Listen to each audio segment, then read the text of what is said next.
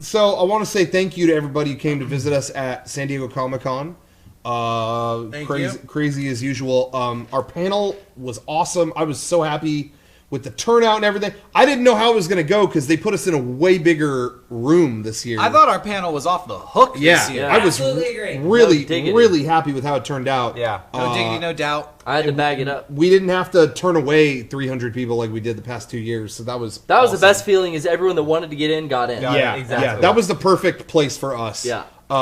And it went great. We debuted, we'll talk about our Dragon Ball Z video in a minute, but we debuted it there. People got to see that first. And then we showed other secret videos and things we're not allowed to show. We always have the best panel everywhere we go. We get told that. I get told that every convention. Yeah, people are constantly complimenting our panels. If you haven't seen us live, make sure you do. Could you classify our panel as a world premiere panel? Because we show world premiere videos there.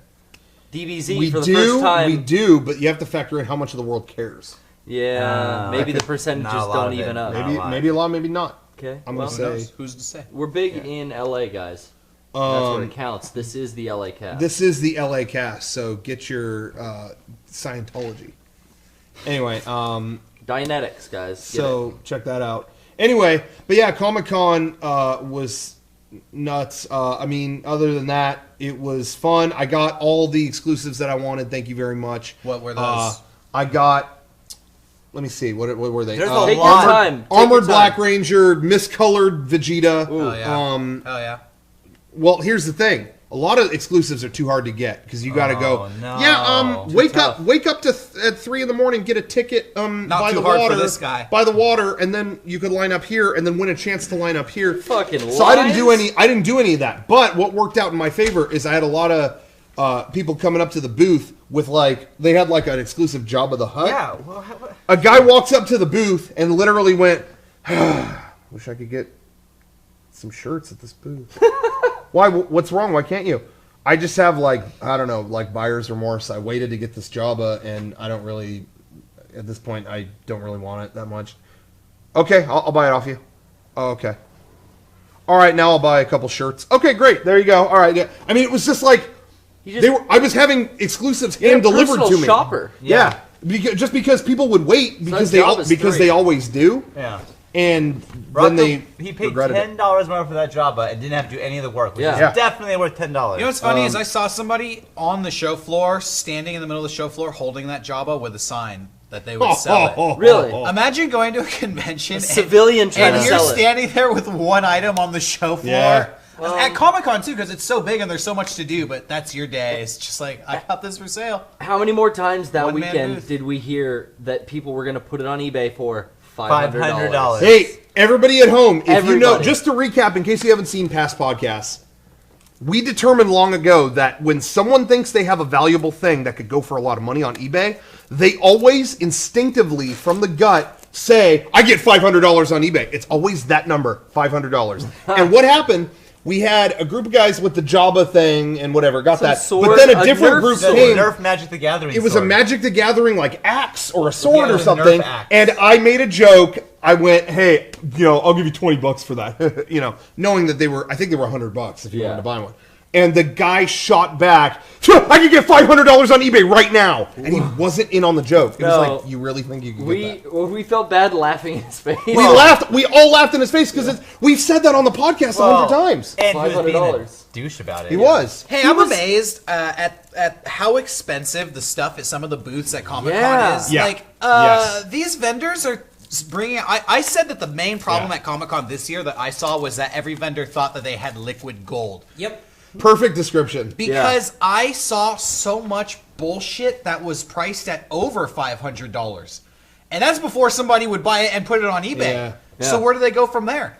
I saw a collection of Akira comics for $600. And I just thought to myself, why bring that here? Leave that in your store for I don't know, somebody who wants to seek out a $600 purchase. Yeah. Maybe they're just hoping some fucking rich celebrity walks by and is like, oh, dope, I gotta buy it. Maybe. Didn't the guy from Coheed and Cambria buy a $300 Jedi robe? He did. And I saw him, before the hall opened, walking around. Because I did the same thing. I go before the hall opens. This year you saw him again. And this year he was doing some shopping. But I was going to say, Yeah, it does get a little annoying with every booth thinking they have the Holy Grail. And, you know, look no further than for me. I mean, you guys at home know I always get the kitschy, like, Power Ranger shit. And I did get the figure arts they did of the Black Ranger. But Bandai, the company that typically in America makes the Power Rangers toys, last year they had the Gold Morphers, and, you know, I got those and stuff like that.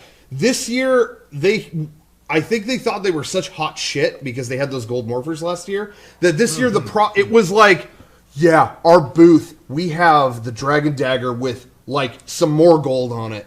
And guess what? It was this whole fucking vision quest to get their items. It was... They're trying to make it harder. You get starting at 6 a.m., you could get a ticket at the Bay. Then the first 20 people, once they have that ticket, are guaranteed that they can wait in line at the booth to buy it.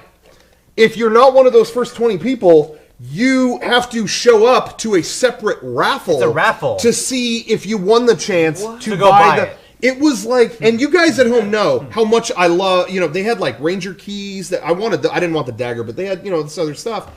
You guys know how much I like that stuff. I was at Comic-Con all day, every day, and I couldn't even get any of that stuff. And I mean, it wasn't worth it in any way to me. And I think what's really a telling thing is, you remember last year we got the Gold Morphers and we were selling them and we were looking online and everyone was roaring about them. Just like, did you get one? What number did you get? Yeah. Did you, whatever. There's no discussion online about the exclusives this year at all because I don't know anyone that got them. They kept boasting, oh, we only made 700 of this thing. Okay.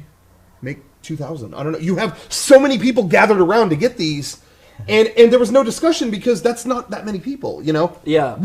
I mean, I just couldn't believe that. So everywhere I looked online, because I was just curious, like, who got this stuff? And, you know, maybe someone would want to trade something or whatever. There's no discussion anywhere. No one got it. Fever, like, they make less and they make them more expensive, and the fever gets even bigger around these exclusives. But last year, they sold probably a couple thousand of those morphers, or maybe 1,000. I don't know.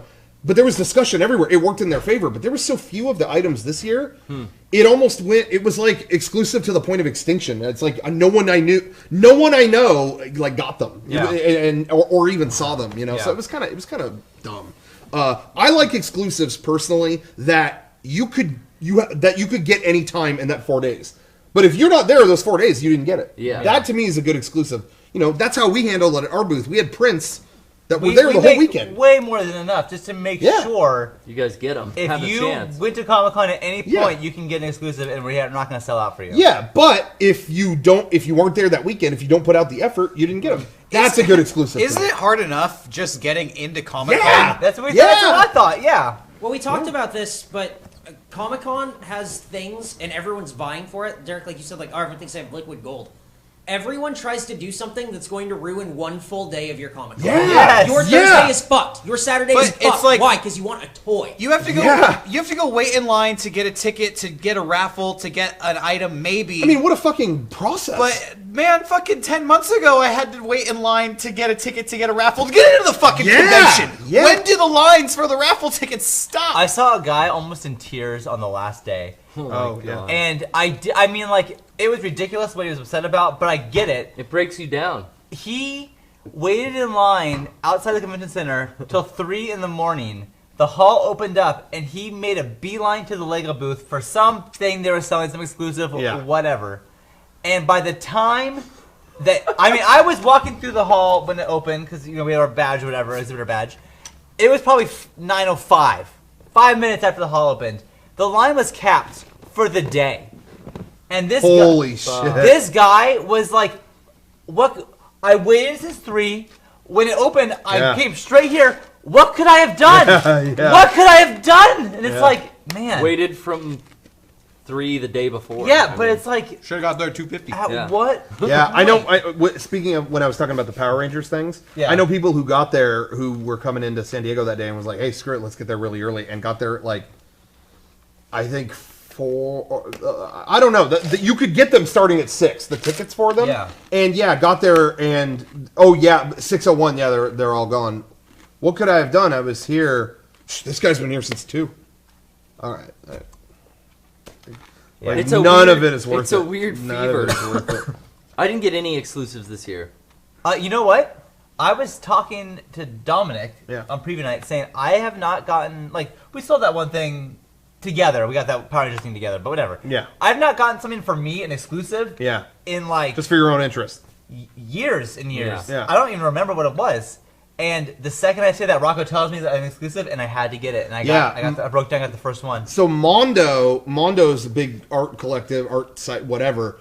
They made an exclusive set of Batman the Animated Series vinyl records featuring Danny Elfman's music from the cartoon. And but they had different kinds of art on them and stuff like that, and they were really, really cool. And that was another example of a great exclusive. They had a different exclusive every day. We heard about it and went and got. If you were there that day, you got it. Yeah. If you wasted time and didn't go, you didn't. Not only that, it was $15, which is like exactly There $15. you go. Who doesn't have $15? yeah, exactly. So it's like, I'm not going to spend $75 on that, which most things would be for Exactly, exclusives. exactly. But $15, yeah, sure, fuck But it, that why was not? that was a really good exclusive. That Which was again well is done. what we do with our posters or whatever. $10. Yeah. It's like, we want everyone Can't to go get, wrong with yeah, that. everyone to get it. How Yeah. much music is on that? Oh, it's just a 7-inch single. So Two songs? opening and closing on one side, and Oh. then there's like other unrelist tracks on the other Oh, side. cool, Yeah. cool. So nothing crazy, but yeah. $15, and it's cool art. It looks cool. Yeah.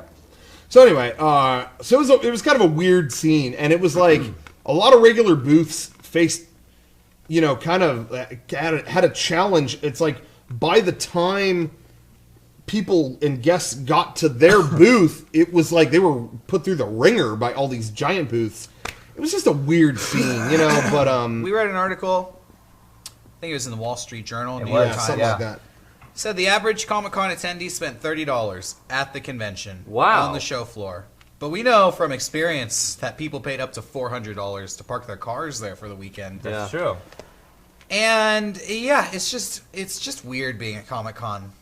I appreciate every starting single to feel person gross. who came Yeah. to our booth and hung out and bought stuff and went to our panel, because I know what a fucking hard time that was to get to our booth. Yeah, Yeah, surprisingly. what a hassle to yeah, get there. surprisingly, the show floor was kind of empty this year. Yeah. And really weird. yeah, there was more stuff outside the convention center than ever before, I feel like, and it spread way further away from the convention center too. So You're absolutely right. yeah, I Yeah. think a lot of people honestly didn't even get into the convention Yeah. center. And there's so much free shit going on, you don't even need a badge. Just go Really, down. yeah. People just go down and roam Gaslamp looking at costumes, go to the free events I around. found the out that park. my grandparents go to Comic-Con every single year and What? just watch people.